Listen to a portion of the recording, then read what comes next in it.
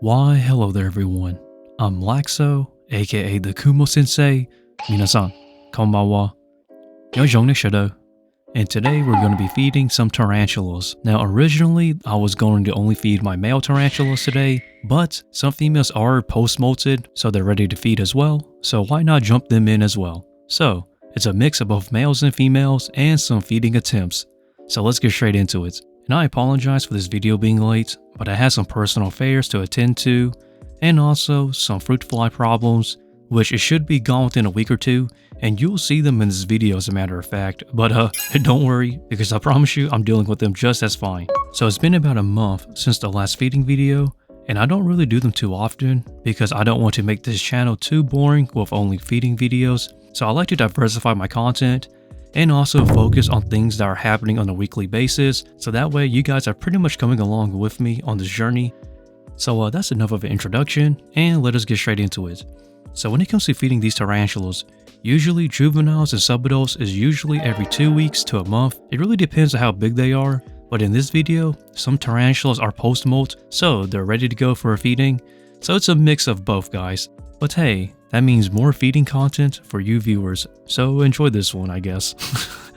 I know people want me to make longer videos, but I try not to do it too long because then I'll be overstaying my welcome in my videos. So I like to make it just about right, around 6 to 8 minutes if possible, sometimes longer, sometimes shorter, but in general, that's the general ballpark in my videos in terms of content length.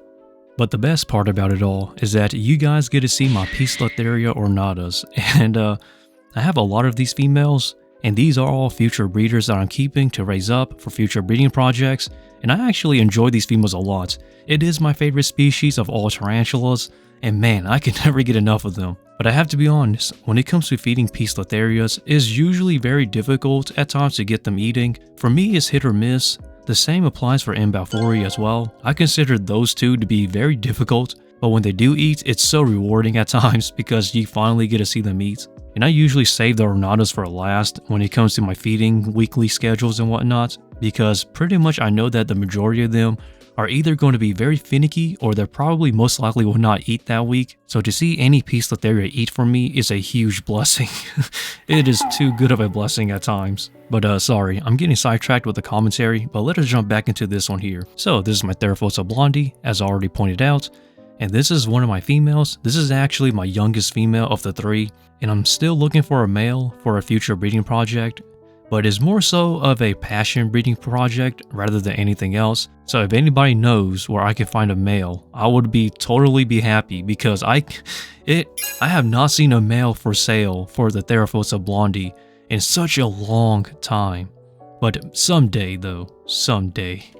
Now, let us talk about the Brachypelma boehmei. So I will try to feed them here on this video, my 3 males, and or 2 of my males actually, because one of them I forgot to actually record, but one of them didn't eat and one of them did eat. Now, when it comes to the Brachypelma boehmei, some people have tried to make offers, but I'm going to say this right now, I don't plan on selling him just yet until when he's mature. But as of now, this guy is going to be kept in my hands, and I'm just going to raise him up for now until he's mature. And then once he's ready to go, I'll sell him off, because I really want to enjoy this as a pet as well, everyone. So give me some time to enjoy these little ones, okay? I may be a tarantula breeder, but I still want to enjoy my pets. Some people have also asked me why don't I just buy a female and just breed my male that I currently have with a female if I do buy one. And it's just honestly because I'm not too sure if I want to breed the species or not. While it is a hobby staple, it is also quite saturated. So I'm kind of on the fence on whether I should breed the species or not. Sometimes I think about, actually doing it, and then there are other times where I wonder if I breed it, I might be stuck with slings I may not ever get rid of. So I'm kind of on the fence, but I'd like to hear what everybody thinks though. If you have a male, and you also know where to get a female, would you attempt to breed the species? For me personally, as of now, it's mostly a no, but there's a small itch in me asking me to breed this species. Now when it comes to the Brachypelma hamorii, or hamorii depending on how you pronounce it, as of now it's a no, but I may consider that one in the future, just because of a little bit of a personal bias. But don't take that one personal, okay? Now I do want to talk about this one here. This right here is bamboo or Pamphobeteus conferantinus Peru. Now originally I just labeled these as Pamphobeteus species, but I have been lectured like crazy. So when it comes to one thing I cannot do as a tarantula breeder, it's importing and exporting tarantulas. Getting an import and export license is very expensive, time consuming, and costly, which I cannot afford, not even close, because it's thousands of dollars to import and export. Some of these tarantula breeders have gotten exports or imports from Peru, and they label these as Pamphobeteus antinus. So take that what you will, and then now people are lecturing me from them to me actually, about what the proper labels should be. So there has been a couple labels that these are going out as, such as Pamphobeteus antinus, Pamphobeteus species antinus, Pamphobeteus conferantinus Peru, Pamphobeteus species big black, Pamphobeteus antinus big black Peru. There's quite a lot of labels people are throwing on these, but essentially it's pretty much coming down to Pamphobeteus antinus. And I have seen a female that was offered to somebody, which I think I can jump in and take that female in the future, but we just kind of had to wait and see. So I'm going to save the best for last. So this is my Pseumopoeus armenia, or is it Pseumopos armenia?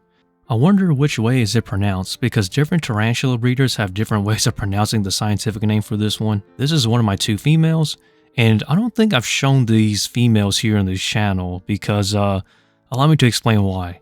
They're reclusive. Yeah, I rarely ever see my females. I would be lucky to see them out, but in general though, they pretty much hide most of the time in my experience. Because even at night, when I'm breeding tarantulas and feeding tarantulas and the maintenance, I rarely ever see them out still.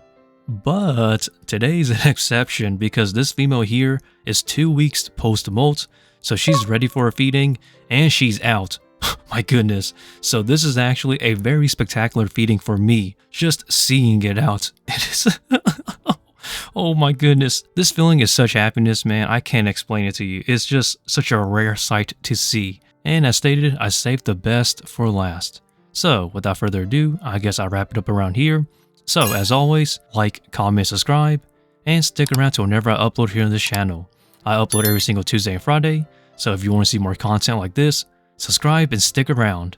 And also support me on my social medias, such as my IG and Patreon. And with that, stay lax, and Laxow out from the Kumo Sensei.